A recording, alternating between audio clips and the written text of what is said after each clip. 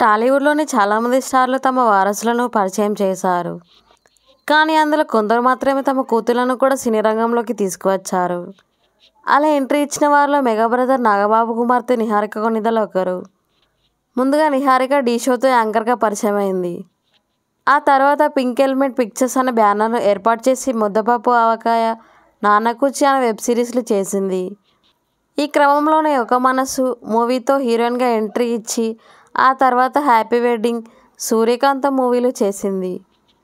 ఆ తర్వాత సినిమాలకు బ్రేక్ ఇచ్చి జొన్నలగడ్డ చైతన్యను పెళ్లి చేసుకుంది. అయితే వీరి మధ్య మనస్పర్ధలు రావడంతో విడాకులు తీసుకున్నారు. ఇటీవల నిహారిక కొణిదెల డెడ్ పిక్చర్ అనే వెబ్ సిరీస్లోనూ నటించింది. మెగా ఫ్యామిలీకి చెందిన నిహారిక కొణిదెల సోషల్ మీడియాలో ఎంత యాక్టివ్గా ఉంటుందో అందరికీ తెలిసిందే. ఇందులో భాగంగానే తన టాలెంట్ను బయటపెట్టింది.